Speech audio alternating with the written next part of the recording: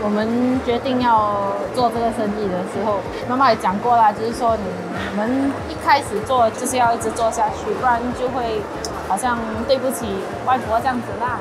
对。希望30年后、40年后，这个生意还是在的，然后新加坡人还是买得到这个贵的。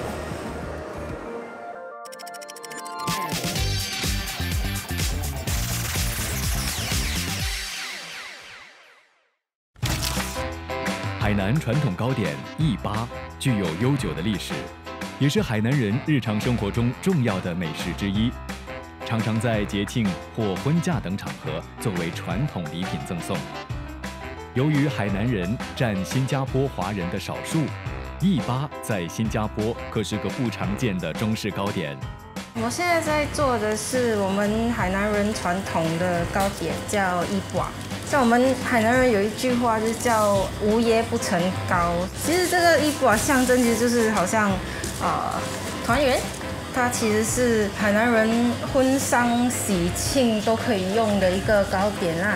皮就是糯米粉，然后料的话有椰丝掺花生、芝麻、姜，然后去炒椰糖、黑糖这样。然后当然有我们家自己的秘方啦。Hello， 我是 Jocelyn， 这个是我的表妹，我们是海南小吃的第3代。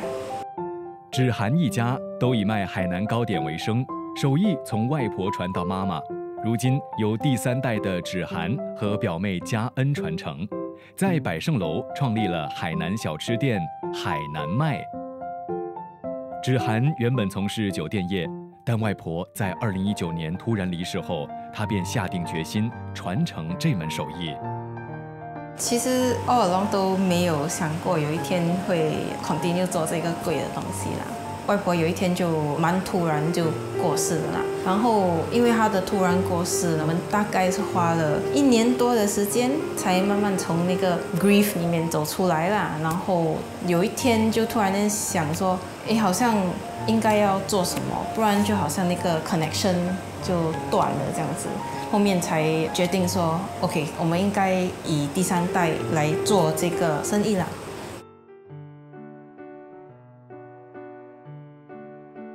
第2代就是我妈妈那边，她年纪慢慢大了嘛，然后还有多少年可以像现在这样子，用这样子的体力去 maintain 这个 business 啦？所以我们有想过说 ，OK， 我们年轻一辈可以慢慢出来学，慢慢接手，这样至少可能30年后、40年后，这个生意还是在的。然后新加坡人，尤其是海南人，还是买得到这个贵的。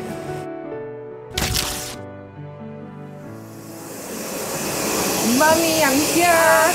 OK， 你来做什么？你先搓面粉啊，搓面粉我们就开始做糍粑了。外婆在大巴窑7巷的档口，1978年开业以来，已经有46年的历史。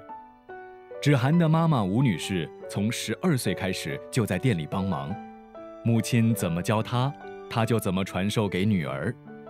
那时候妈妈已经是坐轮椅了，她每天都会在档口是坐在这个地方，望进去我在做柜，她就会在旁边挑我啦，你这个做的不好啦，皮太厚或者皮太薄，又看到她的馅料啊，就好像当初她做的那时候，我同样的方法教我妈妈怎样教我就教回她。你记得我做的第1粒糍粑是什么样子吗？就是不堪入眼就对了。只是现在好很多了，慢慢在进步中。还要进步啊！我以为我 max level 了。师傅在这边，要强过师傅来看。我们做的都很好看，就一个人做不好看而已。没有，我做不好看。我在那边看住你，我做不好看。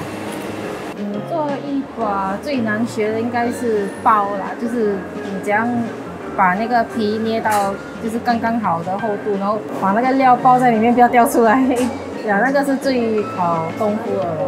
基本上很长的一段时间，就是每个星期六、星期天早上，从5点做到可能11点，就6个小时在这边不停的做，然后你就一直做，就慢慢 perfect 那个 skills。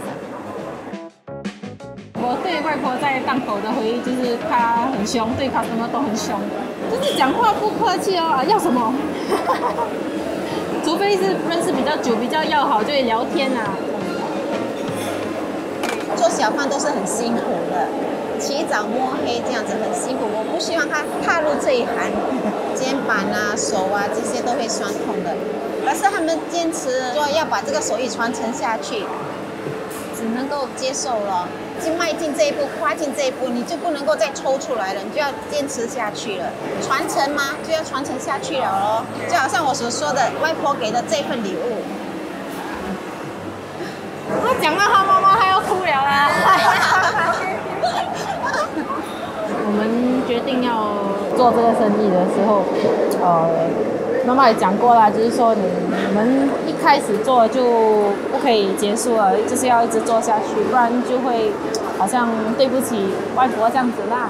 对。海南麦原本是个网店，只在周末经营，但是订单日益增加，芷涵和表妹觉得有商机，决定辞掉工作，在2022年底开设实体店铺。海南小吃跟海南麦有2个不同的经营模式。做白油就会像以前一样，就是只卖传统的糕点，好像以我们的海南人的一把来讲，只单卖一种，就是那个白色的原味的啦。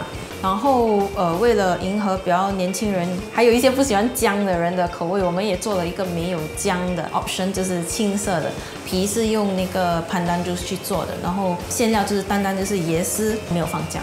马吉也是我们自创的产品，我们把它搓成好像汤圆啊、马吉这样子的形状，然后把一把的料包在里面，然后外面就放花生粉，然后用花生粉的味道去中和掉那个姜的那个辣。保留传统固然是很重要，但是以做生意的那个角度来想的话，你还是需要去创造一些比较新的东西，去迎合现在人的口味啦。我们就以年轻人的方式去经营，好像我们开设了我们的 Instagram、我们的 Facebook， 我们有 website， 我们也做 delivery， 然后我们做了很多不同的东西，好像特别的一些 gift box for 满月啊、婚礼啊，然后也不是说故意要分开来 ，we are still 就是 under the same family 同一个 umbrella， 可是就是说要给人家知道说 we have a younger branding。那以后20年后、30年后，然后我们会以这个younger branding 来作为一个整体的包装这样子。当然，我们希望是越做越大，把海南糕就是这个一把做到跟安菇粿一样，家喻户晓。如果妈妈还在的话，看见你这门手艺传承到第3代，她会觉得很欣慰、很开心。我觉得他第一个反应一定是生气，因为他的性格是这样，然后他可能怕砸他招牌啊，所以第一个反应应该是不是很开心，然后可能开始看到我们做的还 OK， 这样可能就会开心一点啊，对。